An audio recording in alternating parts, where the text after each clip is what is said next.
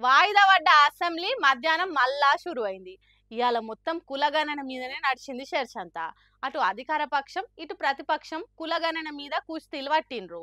మరి ఎవరెవరు ఏమేమన్నారో ఓసారి ఆర్చుకుందాం పాండ్రి. ముందుగా ముఖ్యమంత్రి రేవంత్ రెడ్డి సారు కులగణన లెక్కలు చెప్పిండు. ఎస్సీలో 61,84,319 మంది ఉండగా, ఎస్టీలో 37,05,929 మంది ఉండగా, బీసీ ముస్లిం మైనారిటీ మినహా 1,40,09,179 ఉండగా, ఇది మొత్తంలో 46.25% ఉంది అధ్యక్ష. ముస్లిం మైనారిటీలో బీసీలు 35,76,588 ఉండగా, ఇది మొత్తంలో 10.08% ఉంది అధ్యక్ష. తర్వాత ఈ లెక్కల మీద ప్రతిపక్షాలు మాట్లాడినరు. రాష్ట్ర వ్యాప్తంగా బలహీన వర్గాల సంఘాలు చెప్తున్నాయి. ఏమని చెప్తున్నాయి అధ్యక్ష? సమగ్ర కుటుంబ సర్వేలో 1,85,61,000 ఉన్న బీసీలు ఎట్లా 1,64,64,00,000 తగ్గినరు, 51% 46% ఎట్లయిందని అడుగుతున్నారు. ఈ రిపోర్టు మీరు బయట పెట్టి రేపు బీసీలకు ఎట్లా న్యాయం చేస్తారు అధ్యక్ష? హిందూ బీసీలు, ముస్లిం బీసీలు, అసలు ఈ రకంగా బీసీలు ఉంటారా?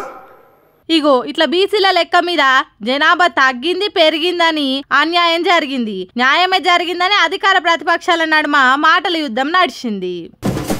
టమాటా టమాటా అగ్వా రావాలే 10 రూపాయలకు 4 కిలోలు అని కూరగాయలు అమ్మేటోళ్ళు ఇంటి ముందుకు వస్తే అబ్బా ఎంత తక్కువ అని 1 కిలో ఎక్కువనే కొంటాం. అంత తక్కువ రేటు ఉన్నా కూడా కొంతమంది కోస్ట్రీ బేరం ఆడతారు. అంతేగాని టమాటాలు వేసిన రైతులు ఎంత ఆగమవుతున్నారో అనే ఆలోచన చెయ్యరు. ఇగో గీడ చూడుండ్రి, టమాటాలు రేటు తక్కువ ఊడుతోని ఎట్లయిందో కథ.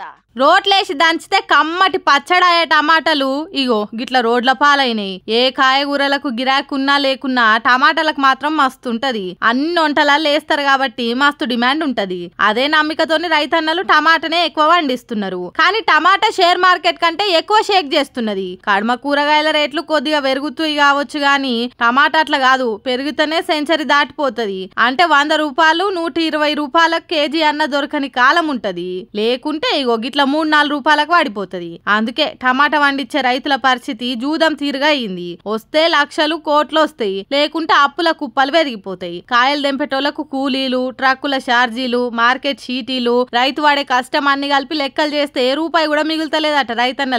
పాపం మారు బేరాలు చేసేటోళ్ళు కూడా టమాటా దంద తక్కువైనందుకు బాధపడుతున్నారట. కానీ రైతన్నలు కూడా వేస్తే అందరు టమాటా వేసుడు, లేకుంటే మొత్తానికి వేయకుంటుండుతోని ఈ తిప్పలు వస్తున్నది. కాబట్టి కేసీఆర్ సార్ చెప్పినట్టు పంట కాలనీలు పెట్టి దాని ప్రకారంగా సాగు చేసుకుంటే ఇంత తిప్పలు ఉండదు కావచ్చు అని అంటున్నారట. మార్కెట్లో టమాటాలు అమ్మలేక తిరిగి ఇంటికి పట్టుకోలేక రోడ్డు మీదనే పారబోస్తున్నారు రైతన్నలు.